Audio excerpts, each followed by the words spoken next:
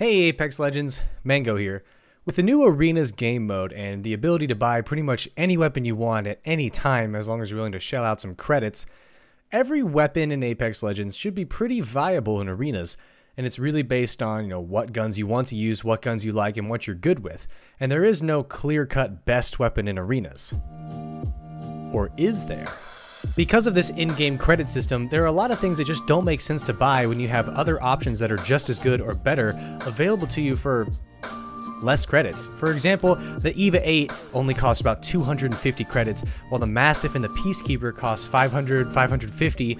So with a shotgun that's just as good, if not even better than the expensive shotguns, you would think, why would I not just buy the EVA 8 every time? The tiers are pretty much split up like this. D tier weapons and C tier weapons are weapons that are okay, but I would pretty much never use these in arenas. There are going to be some controversial opinions, but some of my opinions are based on how expensive the weapons are, and you could get a lot better bang for your buck in other places. You'll see what I'm talking about when I get there. B tier is weapons that I think if you like them, you ought to run them. They can be expensive to level up to get to where they're really good, or they may not be as, multifaceted. They may not have the all-purpose tools, but they're still really strong in their certain niches, or they just offer, great range, great damage, but once you get up close, they're almost kind of useless. Just slightly better than C tier in that regard.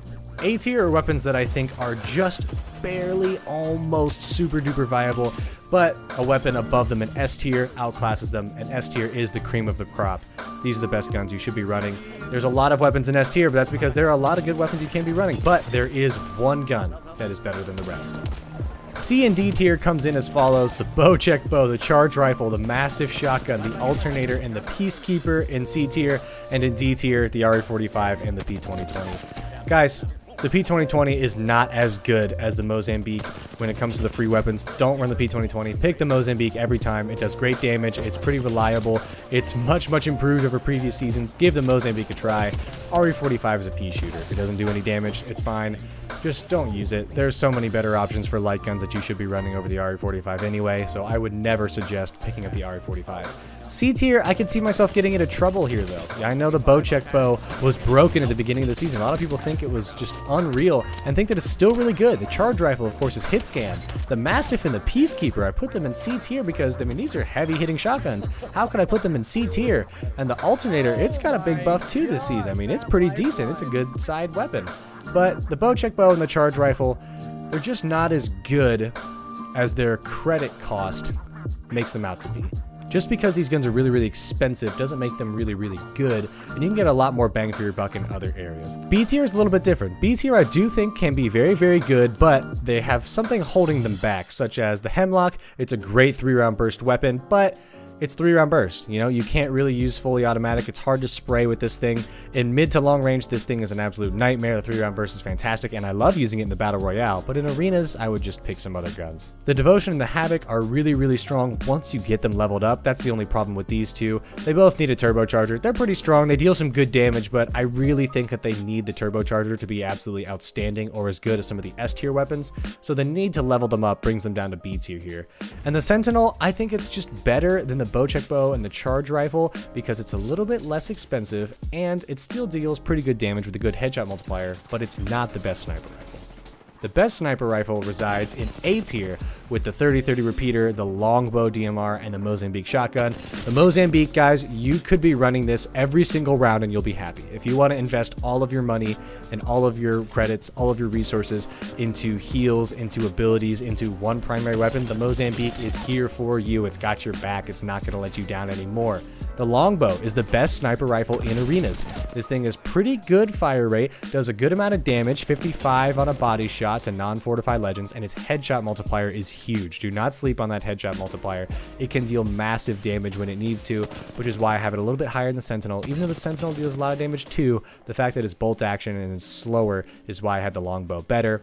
A 30-30 repeater, Great poking weapon. People know I love this weapon, but it's not as good as its G7 counterpart, which is why I have the 3030 in A tier. And now we move on to said counterpart in the S tier. And I wholeheartedly endorse these weapons. These are the ones that I could pick in any arena game and would thoroughly enjoy. The Spitfire, the R99, the Volt, the Carbine, the Flatline, all of these are just preference. You know, do you like running a Spitfire over a Flatline or Carbine? Do you like the Volt over the R99? All of these guns are really, really strong, and that comes down to preference, but I really want to focus on these top 5 here, starting with the EVA 8.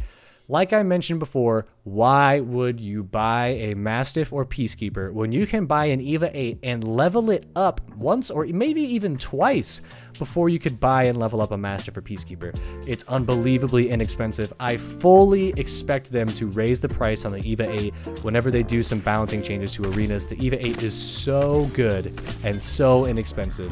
You can expect this to be, I guess, quote, nerfed by raising its price very, very soon. A G7 Scout, it's a great poking damage weapon. It's just better than the 3030.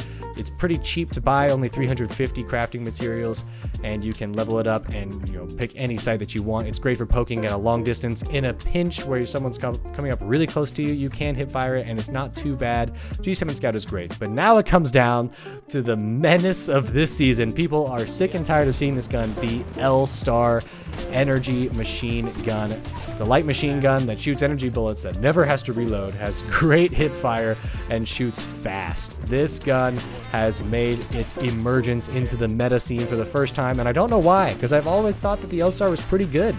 I've run the L-Star kind of like an SMG in the past, just kind of used as a close-range pocket weapon that you can spray and deal a lot of damage with, and people are now seeing that. It's relatively inexpensive to buy. This is another one that I think the price will be raised on it very soon, and you don't have to reload. That means you can apply a lot of pressure if you're diligent with that, you know, tapping of the trigger, making sure that you don't use all of your charge right away.